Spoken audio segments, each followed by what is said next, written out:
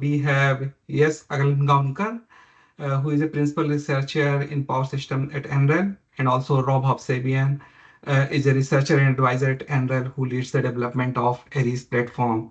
So today they will be talking about their experience with Western Electricity Coordination Council digital twin at NREL ARIES. So I invite Yes and Rob to talk about their project. Thanks, Ravindra. Thank you very much for inviting us, and thanks to IEEE Digital Twin Task Force. This is a recently Rob has been leading the development of the ARIES. What we will do is that we will talk today about one of the Western Electricity Coordination Council models or a digital twin which we have developed. I'll share my screen, and I will just first yield to Rob. And Rob, would you like to say something about ARIES? And I'm also sharing my slides on the screen.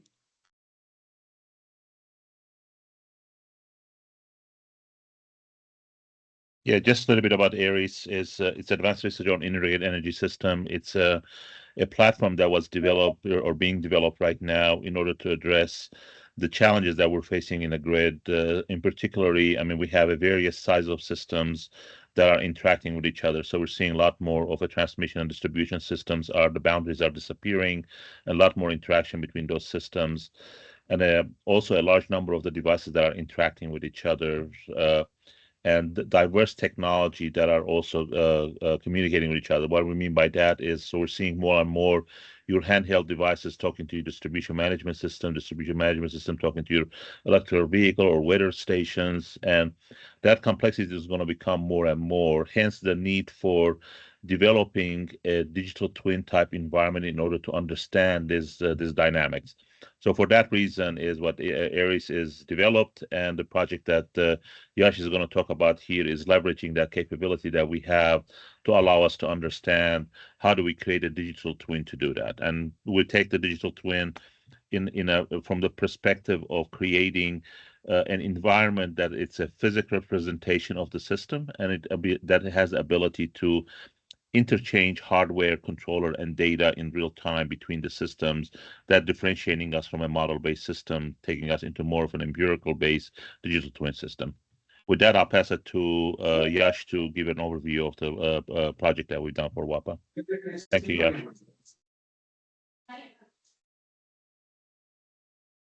Yeah, so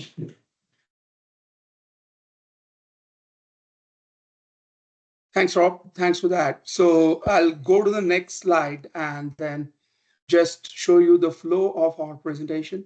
So basically, we will be talking about the introduction.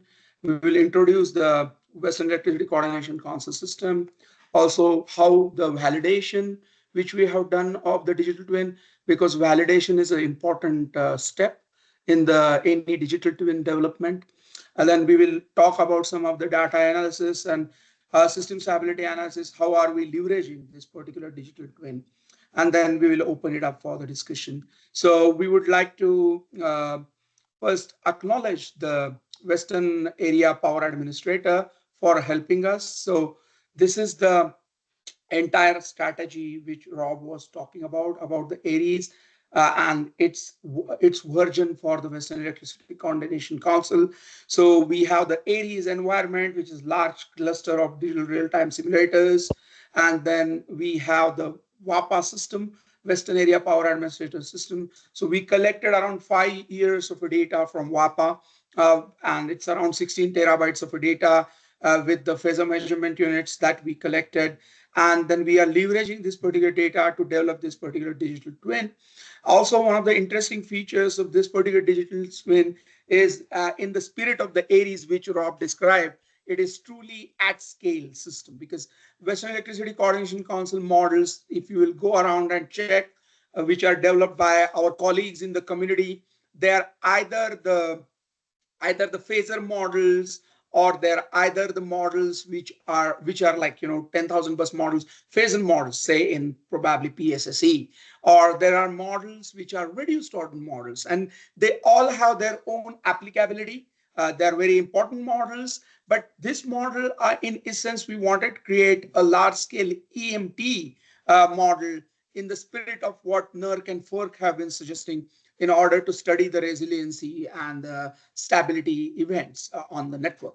So from that particular perspective, and from the spirit of the ARIES, we wanted to create an at-scale EMT model that's true in power, which is able to do controller hardware in the loop and power hardware in the loop. So for that, we have leveraged some of the data from the WAPA. So I would like to quickly talk about the lab setup which we have here. At ARIES, what we have is we have this large cluster of DRTS. You can see here in this case, we have leveraged OPAL-RT, and we would like to shout out to OPAL-RT because we have collaborated closely with OPAL-RT here. And then we have, you can see here on the right hand side, we have certain phasor measurement units. So these are particularly Schweitzer relays, which we have connected as a hardware in the loop. The interesting fact about this SEL relays is this is exactly the same type, model, and manufacturer as it is onto the WAPA network. So they have multiple number of PMUs and some of the Schweitzer relays which they are utilizing as for the phase measurement. So basically what we are doing is that we are utilizing exactly the same models there. On the left-hand side, you can see the HyperSim window, which is an OPAL-RT platform. You can also accelerator. So from that particular perspective, we have this is all lab setup we have. We also have the real-time automation controllers, which we have integrated around this particular setup. So now what we have here is a EMT model of the WECC system, and then all phasor measurement units, RTAC units. We do have an ability to integrate the power hardware in the loop of the solar photovoltaics and wind farms, but we'll get to that later. So what we have done is after we set it up, we did a model validation. So one of the interesting feature here, what we are trying to do is we are using the multi-rate modeling. So we are focusing on certain part of the WAPA system, which is of the interest to us, and we are modeling it in the EMT. The rest of the part, we are modeling it in the phasor domain, and then we are developing a multi-rate model. So how do we kind of, we made a lot of effort on deciding how do we develop this particular high precision model into the OPAL-RT and DRTS, and how do we kind of integrate them with the phasor model. We will soon are one of the reports for this particular project, DOE reports, and one of the papers will be coming up, which will be available in the open source, and in that you can find out all this data. So here we were interested in the Colorado zone as such, So we kind of created a part of a WECC network. We took Colorado out of that. We developed an EMT model of the Colorado. You can see the generators and the exciters. We can create multiple high precision zones there and develop this particular model. So this is how we kind of develop the multi-rate model here. So these are some of the validation results. So very quickly, first we did the 2 levels of the model validation, because whenever we develop a digital twin, the validation is the most important step. So first level of the digital twin validation is what we have done is we have validated it against the Western Electricity Coordination Council original model, which is the original system. And then the second level of the validation, which we have done is actually against the field data. So here what we are showing is these are some of the load flow results. So the WECC system, which is like 10,000 bus, and against that we have compared the results of the load flow of the Colorado zone only. And we have also compared the results of other WECC zone areas, such as California and say Northwest. So these are the load flow results, and the load flow results were more or less matching. There wasn't much error. We have also kind of looked at the results after the load flow. We have looked at the dynamic validation results. So we have looked at the active powers, reactive powers, and the voltages of the generators, various exciter response, the field voltage dynamics, and the speed dynamics of the generators. And based on those dynamics, when those results were matching. So this is a comparison of the actual WECC system which is out there, which is used by our colleagues in academia and industry, against our particular multi-rate model which we have developed in the OPAL-RT. So that's the first level of the validation which we have done. You can see a few more results of the machine dynamics in this particular slide.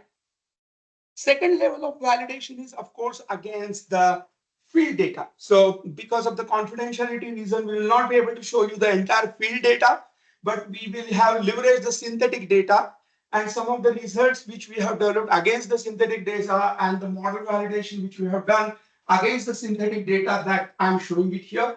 But we have, of course, done it against the actual WAPA physical data. So now what we have done for that is we have a fault database for around 5 years, a NERC fault database. These are the faults which are reported by WAPA to the NERC system as such. So we have chosen some of the scenarios from that particular fault database. We have emulated those into the digital twin. We have modeled the response of that. And then based on that, we have also looked at what is the actual measurements, PMU measurements. Again, this is with the synthetic data. We have done it with the actual data, but for the reasons of the confidentiality, we cannot show you the exact data. So you can see that the more or less for different PMU locations, based on the physical PMU location and actual location into the DRTS network, this data is matching at various locations. So we have mapped that particular data. And then what we have done is that once we have validated the actual digital twin, now it is ready to do some more system stability and the resiliency analytics. In addition to that, around that, we have also created a data integration platform, which is very important data ingestion platform, because what we are here, the concept which we are trying to leverage is that it's not just the CHIL or the PHIL, which we have developed here at Aries of the WECC system. First of all, it's at scale, and then it's at scale model validation is done in a rigorous fashion. Also, what we have done is we have developed an ability to stream the actual data from the field to the CHIL and the PHIL. So here you can see this particular database architecture. We're using here a database called Quasar. So based on that, what we can do is that we can stream the actual data into the CHIL and PHIL from the field, so that it's a realistic digital twin which is able to ingest the actual physical data from the transmission network to the lab, the CHIL and the PHIL digital twin. So this is a data ingestion platform. Some of the descriptions of this data ingestion platform we have already kind of published in the Department of Energy report last year. You can find that report online. So based on now, once the data ingestion is done, what we can do is we can do various analytics on the data. So here our objective was to find out the low frequency oscillations from the data. So what we have done is we have taken the physical data, actual physical data from the network from 10 PMUs. I was talking about 5 years of data, 16 terabytes of data, and we know when are the faults happening. So what we have done is we have tried to capture some low frequency oscillations, low frequency signals from the data.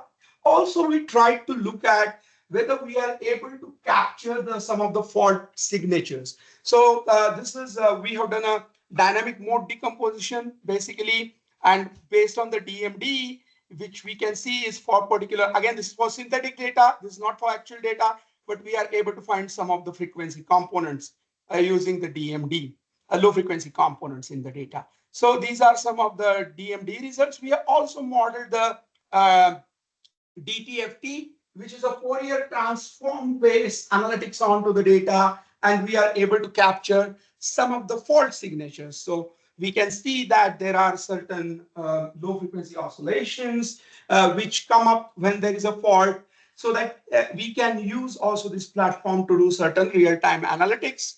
So that's what we want to demonstrate. Again, this whatever we are showing here is for the synthetic data, not the actual data. So after this, you can see some more DTFT results.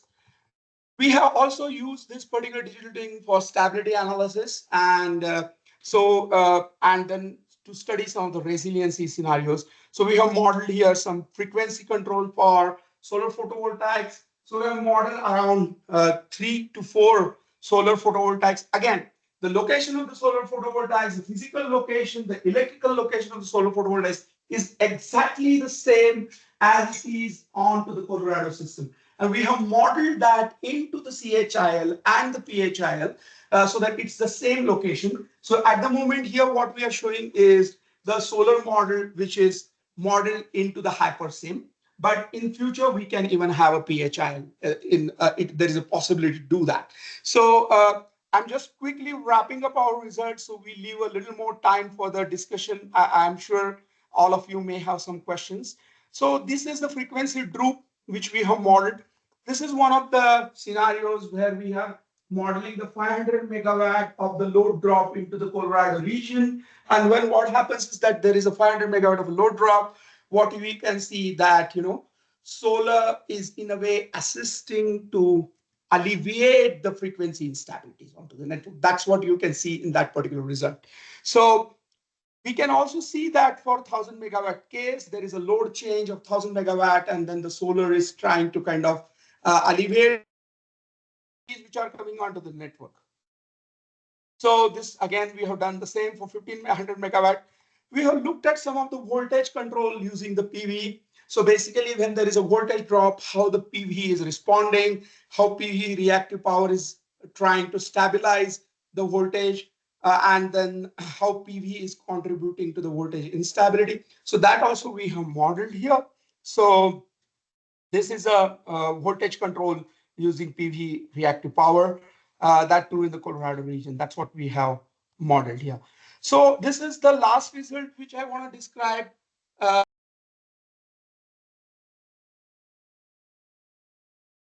What is happening here is we are demonstrating here the case where there is a weak power grid and when there is a PV ramp down event. This event, theoretically in the literature, leads to certain low frequency oscillations. And we wanted to look at some of the low frequency oscillations onto the network. So we have emulated that here in this particular digital twin. And what we can see is there are certain low frequency oscillations. Then what we have done is we developed some of the PV controls, and we have tried to kind of damp out those low frequency oscillations from the network. So we are able to study this multiple what-if scenarios using this particular digital twin. So in conclusion, what I would say is we have initiated the development of the WAPA and the WECC digital twin. It utilizes the Colorado portion of the WECC region. We have modeled EMT. We have an ability to have an extended EMT model thanks to the multiple racks and multiple diverse DRTS environment which we have created at the ARIES. We have also integrated the practical physical data from the network. We have integrated the data from the exact same locations of the PMUs. We have exact same models of the PMUs, which we have integrated into the lab setup.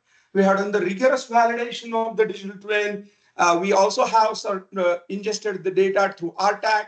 We have an ability to stream the data from the field and ingest it into our digital twin.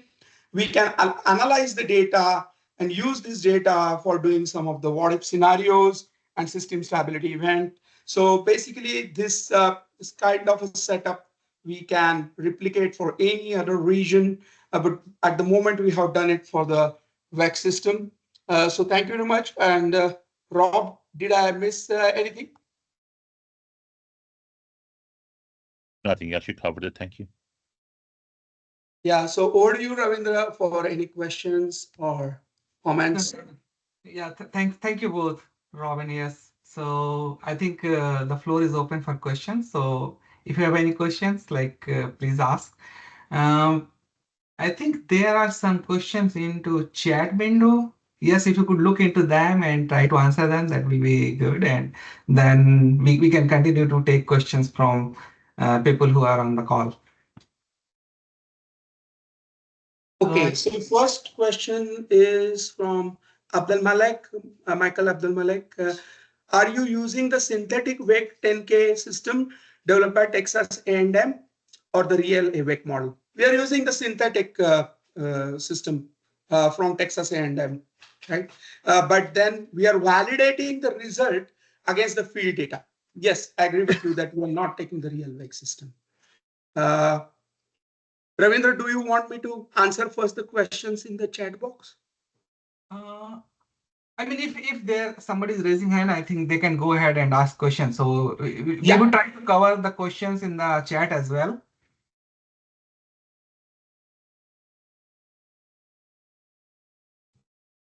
Sure, absolutely. I see then there is a question by Hossein. Hi, Hossein. Thanks for your question. What simulation platform was used in EMT and phasor simulations? How were they glued together? Thank you. So thanks, Hossein. And that's a very interesting question. We used the OPAL-RT here, but in principle, we can do it with any DRPDS platform. And in order to glue the model together, we are coming up with the paper in which we will describe the entire process of how we glued it together. But that's very essential. That's a very interesting question. But we'll make it sure that as soon as the paper is out, we'll send it across. What data is streamed from the field to the simulation? Is the data fed to large-scale simulation? Yes, the data is fed to the large-scale simulation. This is essentially a PMU data, which we can stream from the field locations. And this is exactly the field data from the exact field locations. And these PMU data is streamed at the moment. But we can also in future stream some of the generation data, right? Because we have at the moment model the solar photovoltaics, but in essence, we can do that as well. Sorry if I may interrupt. Thank you very much for responding to the questions. Just a follow up, and it's completely okay if you don't have the answer. We can wait for the paper. But I was just wondering if the whole large scale simulation has happened in OPAL, I guess you've used HyperSim plus ePhasor Sim. If this is the case, will you please clarify and then how you've connected them together? Yes, this is a HyperSim plus ePhasor Sim. I agree with you. Yeah, that's the way we have done it. But still, there are some interesting details, Hussein, from the perspective of how do we glue it together? Because in a way, we kind of have to create the regions different. We are creating the different regions. Here we have created the Colorado region. But in essence, from the modeling perspective, it's ePhasor Sim plus HyperSim. Yeah. Okay, and then about the streaming data to the simulation, I'm just wondering, what data, if it's PMU, like voltage of a bus or something, how does it help with once the simulation is running, how do you integrate it into the simulation? In what way is it helping? Yes, so there are a couple of ways in which we can leverage that. One is we can in a way because it's based on the Texas A&M system. Once suppose we are modeling some of the faults or some of the real-time behavior of the system, which is not even the steady state behavior, we can look at some of the voltage values and try to continuously calibrate the model so that the voltage values are as close to the reality, right? Sometimes what we can do also is that for that particular bus, we can assume that the voltages are known because PMUs are measuring the voltages and the angles. So we can say model that particular bus as a stiff voltage bus and then model the rest of the system behavior. Also, the real-time data, when it is streaming in, we can do some signature analysis such as dynamic mode decomposition or DTFT and try to capture and see whether there are some faults happening onto the network. So there are 3-4 ways in which we can leverage the real-time data. Okay. Yeah. When it comes to model validation, I completely understand that part, but the one that you mentioned that, as the simulation is running, we can integrate data into that. For example, we can assume that, we have a stiff voltage source and that voltage source is controlled by the data that is being streamed. That's something very interesting. Maybe I can follow up offline. Thank you, Yash. Absolutely. Appreciate it. Thank you. Thanks, Hossein. Next question is by Michael. One of the biggest challenge between synthetic models and real models, specifically for dynamic simulation, is user-defined models and lack of data regarding dynamics models in the power system model. How your system approach can address these challenges on real or large scale power system models? Michael, would you like to elaborate a little bit on this particular question so that my answer is precise to the point to your question? Are you online? Yes, I'm here. Do you hear me?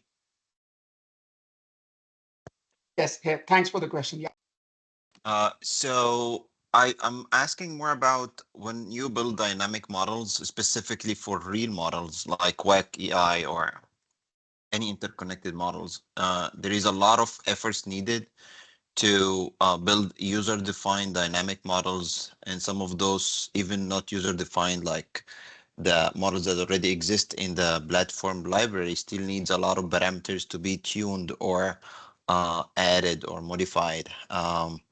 How your approach can address these kind of challenges? Is it gonna be like an automated process or non-automated? Do we how to deal with this kind of data discrepancies or data leakage? Yeah, no, I agree with you completely there. See, the model tuning is in a sense, that's why we kind of did a lot of detailed model validation so that we do the model tuning and some of the model which we have here, which is leveraging, the Texas A&M WECC system. It is yielding some of the results similar to the physical model. At the moment, we have done the model tuning manually based on the physics of the energy system, all right? But we would like to automate it, and I would like to, I completely agree with you because model tuning takes a while. This was a 2-year project, so we built it over the 2 years, this particular digital twin. So we would like to automate that in the future, but this particular approach, in a way, you will find we plan to discuss about this in the paper which we are writing. Is we are making use of the physical and practical data, PMU data, in a very interesting way, because we are using the same electrical locations, we are using the same kind of devices, same grid locations, and then integrating it around the system, WECC system. And then that is helping us to tune. But also I must thank WAPA for their cooperation because they gave us 5 years of data, right? Which they captured, is 16 terabytes of data. So that wealth of data has helped us in a way to tune it better. But we would like to automate it in the future, but at the moment it's done manually. Thank you.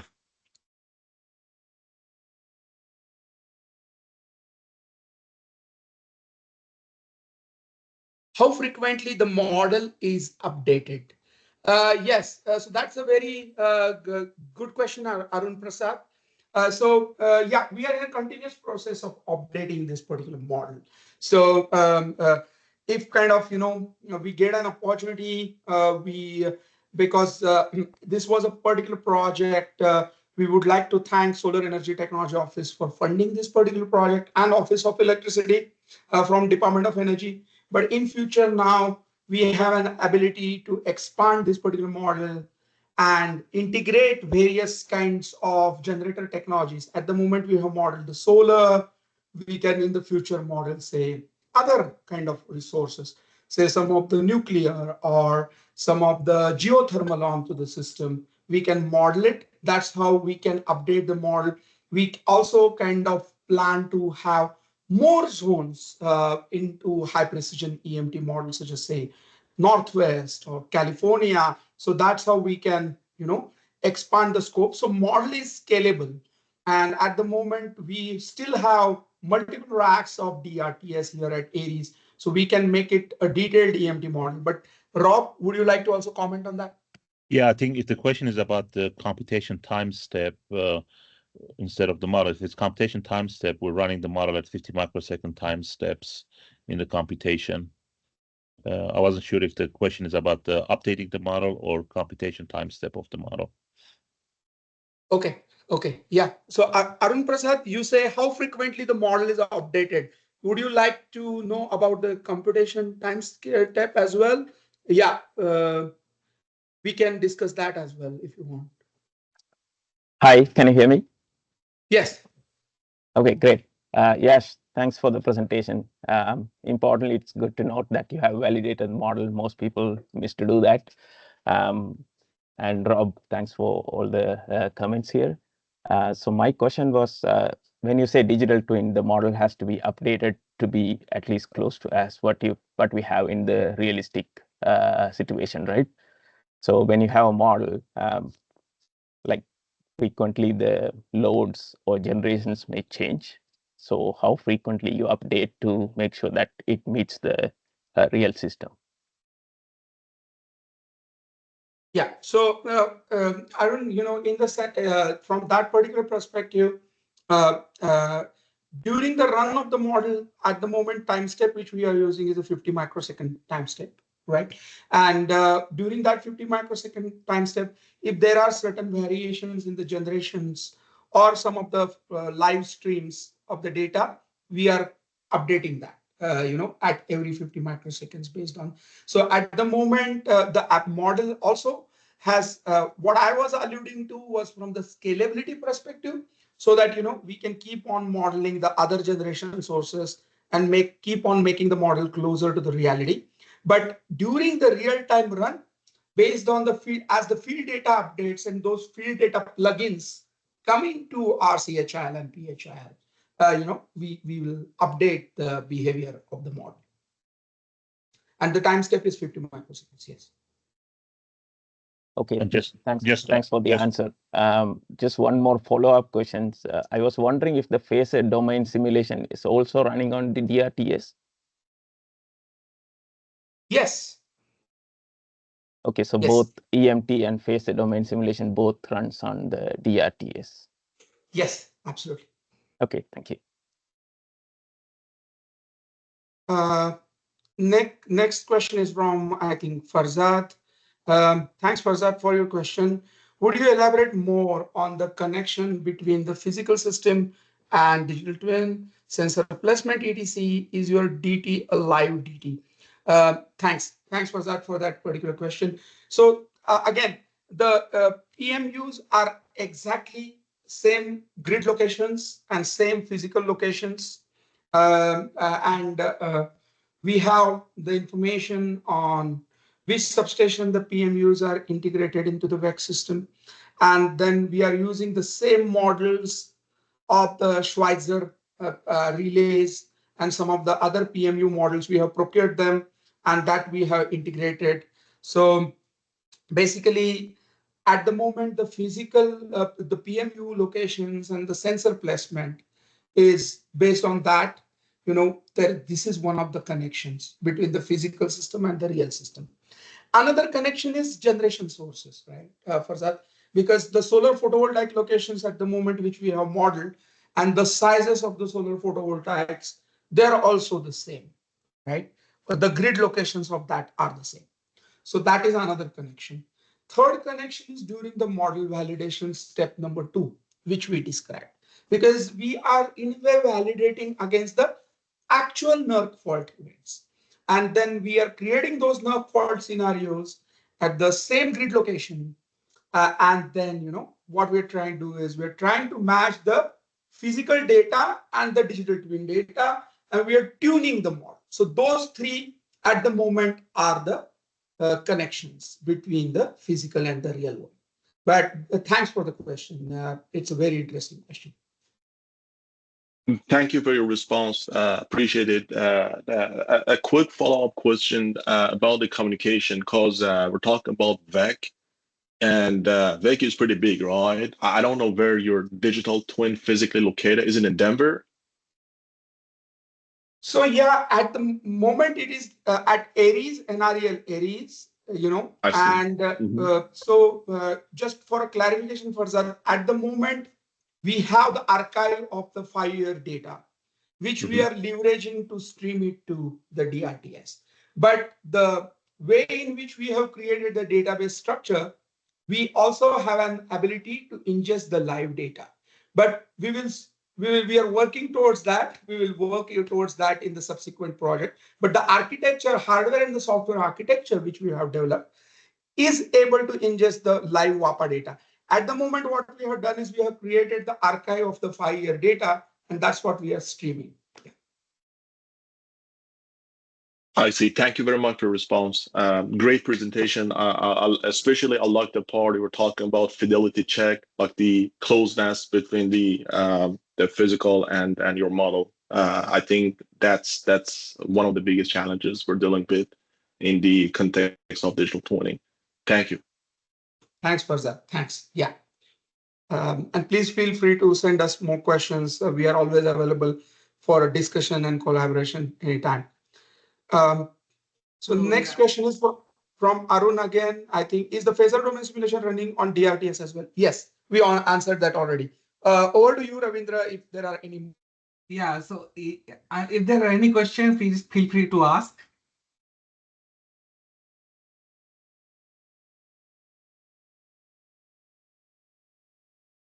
I think no more questions. So yeah, thank you, yes, and Rob for a great presentation and answering the questions from the audience.